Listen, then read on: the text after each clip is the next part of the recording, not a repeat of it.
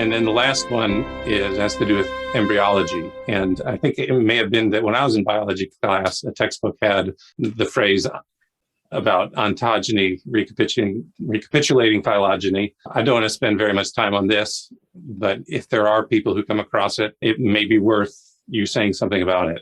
Yeah, definitely. So, and people do sometimes still believe ontogeny recapitulates phylogeny. In fact, recently I was on a pretty big radio show, and one of the callers said, "Oh, well, you're wrong. Haven't you heard that ontogeny recapitulates phylogeny?" And I said, "Well, actually, respectfully, scientists don't believe in that anymore because they know that ontogeny does not recapitulate phylogeny. So what the heck are we talking about? Ontogeny recapitulates phylogeny. Ontogeny means basically in this context, development.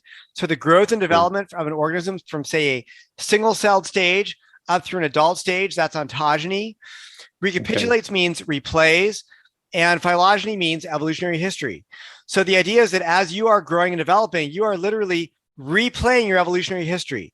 So at one time when you were growing up, you might have gone through a fish stage, or you went through a reptile stage. That's sort of the idea, that organisms go through different stages that replay their evolutionary history. The idea is humans evolved from single-celled organisms, then there was fish, then there was reptiles, and the humans came through that chain of single cell to fish to reptile to humans. And that when in the conception process, for example, of a human, the human is going to start off as a single cell, and then at some point he'll be in a fishy stage of development, then a reptilian stage of development, and then when he comes out the womb, he's finally reached his human stage of development. Is that basically the idea? It kind of is. I mean, they will nuance it and say that actually that your embryo resembled a fish embryo, okay? Or your embryo resembled a reptile embryo. But it's no longer believed. I mean, it's been known for many decades that ontogeny recapitulates phylogeny is basically false. So even though you do still meet people that are taught this idea or that still cling to it because they were taught that it's true, it's simply not true. So we don't have to even mainstream biology has rejected this idea. There's something called the pharyngular or phylotypic stage, given that it has been argued by some in the evolutionary camp as giving some credence to the evolutionary universal common ancestor perspective. Can you talk a little bit about that stage of the phylotypic or the pharyngular? If you can say something about that, that'd be great. Yeah. So what's often told in textbooks is that vertebrate embryos are very similar in their earliest stages, and those similarities demonstrate or document their common ancestry. Okay, that's actually typically an overstatement, and in fact, what's often used to illustrate this historically have been these famous embryo drawings by the German embryologist Ernst Haeckel, which is well known were fraudulent and fake. And these drawings overstated the degree of similarity between vertebrate embryos. Okay. So vertebrate embryos, actually, when you look at the technical literature, you can find statements that show that they have wide variation in many varieties of different traits.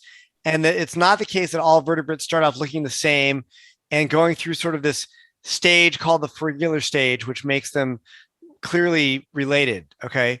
So the idea is that organisms with the pharyngular stage, that organisms start off development very differently. Then they come together during the middle of development and they start to appear similar to one another. And then over time, they then diverge, they become their adult form. Okay. So there have also been questions that have been raised about the pharyngular stage and whether it actually exists. There was an embryologist named Michael Richardson who did a study looking at photographs of embryos, not these drawings, which can be faked. And he found that there are there's a great divergence between what the data says and what the theory predicts ought to be there in terms of similarities between organisms in these midpoint stages.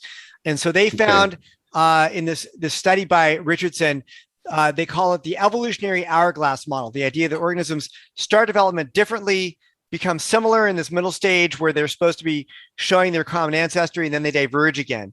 He said that the evidence is, quote, contrary to the evolutionary hourglass model because vertebrate embryos show, quote, considerable variability during the, quote, purported phylotypic stage. That's another name for this pharyngular stage. And he said, in their view, wide variation in morphology among vertebrate embryos is difficult to reconcile with the idea of a phylogenetically conserved tailbud stage. That's another name again for the fringular stage. And so Okay. you can find in the literature many papers that have found that vertebrate embryos start out development very differently. They're widely divergent, and they do not show this pattern of similarities that would be expected if we all shared a common ancestry. Thank you for listening. Credible Faith is a global missions-minded apologetics ministry with content available in 7 different languages across 7 websites: German, Russian, Italian, French, Spanish, Portuguese, and English. If you would like to support the global apologetics work of Credible Faith, go to crediblefaith.org and click on the donate icon. If you would like me to give an apologetics workshop or participate in a debate at your university, or if you would like me to give a Great Commission missions conference or apologetics conference at your church, get in touch with me through the Contact Us section of the Credible Faith website. You can also submit a request through the website to get Credible Faith's monthly email. If you are a native speaker of Russian, German, Italian, French, Spanish, or Portuguese, and if you notice that an essay from the English website is not available on the Credible Faith website for your language, feel free to get in touch with me about translating the essay, and I would read through your translated material for quality control and the desire to see content from the essay made available in your language. Thank you for listening, and have a great night.